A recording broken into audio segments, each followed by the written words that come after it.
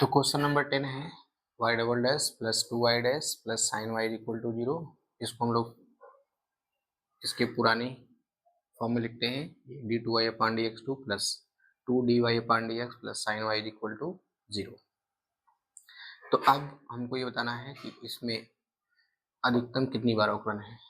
इसमें अधिकतम अवकलन कितनी बार है? 2 बार है।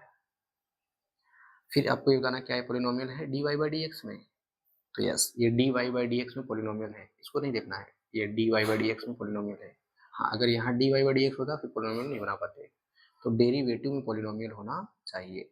ये अधिकतम कितनी बार अवकलन है? 2 बार है, इसलिए इसकी कोट कितनी होगी? इसलिए इसकी कोटि हो गई 2 तथा घात कितना होगा? जितना कोटि है उसका घात देख लो, इसका घात कितना है? अवकल का 1 है। चलिए अब हम लोग क्वेश्चन आते हैं 11th के पास। Question number 11th, question 11th है, ये आपका ऑब्जेक्टिव क्वेश्चन है। क्वेश्चन जो 11th है ये आपका ऑब्जेक्टिव क्वेश्चन। तो इसमें दिया हुआ है अवकल समीकरण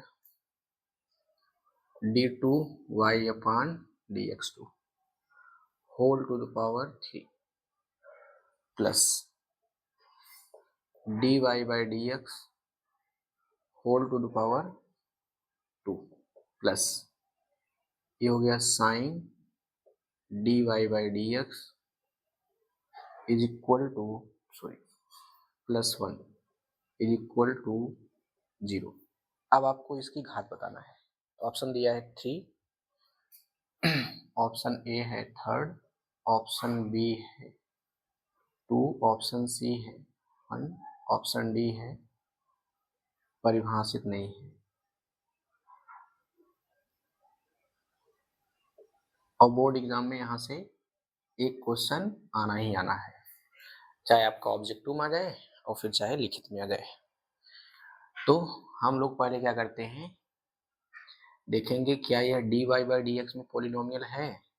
अगर दिया गया differential equation dy by D x में पॉलिनोमियल है तो फिर उसकी घात डिफाइन होगी, अन्यथा हम लोग बोल देंगे कि घात उसका परिभाषित नहीं है, या कह देंगे अपरिभाषित है, या फिर कह देंगे इसके घात का अस्तित्व नहीं है।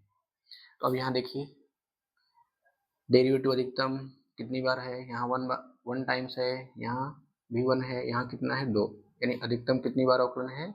2 बार अवकलन है। इसकी कोटि क्या होगी?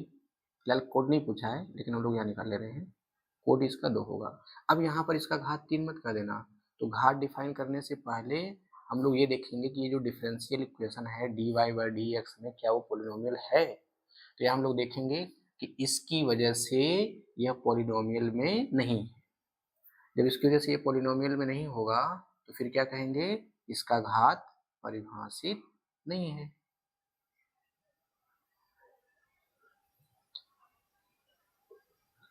परिभाषित नहीं है।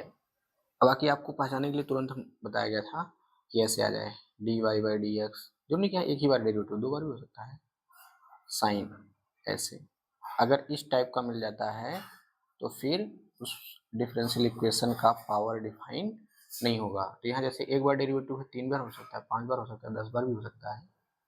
तो अगर ऐसे आप समझ पा रहे हैं तो कह देना तुरंत घात परिभाषित नहीं है, देख करके ज़्यादा दिमाग भी नहीं लगाना होगा। चलिए अब हम लोग आते हैं क्वेश्चन नंबर अगले पर। तो इसका ऑप्शन क्या सही होगा? बी, बाकी ए बी और सी ये रॉन्ग हो जाएंगे।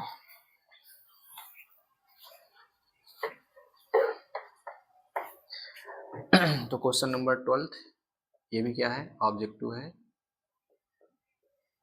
अब इसमें क्या दिया है? अवकल समीकरण 2x square d2y upon dx2 minus 3dy by dx plus y equal to 0।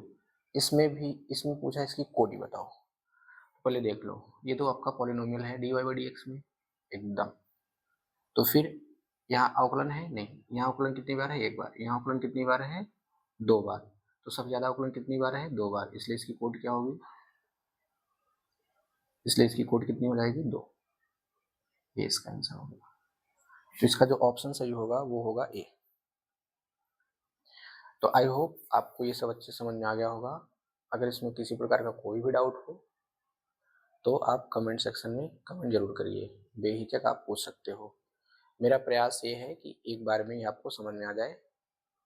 अगर फिर भी नहीं समझ में आया तो आप कमेंट करिए, फिर से इसको एक्सप्लेन किया जाएगा। तो आप सभी को बहुत बहुत धन्यवाद। अब फिर मिलते हैं अगले दिन।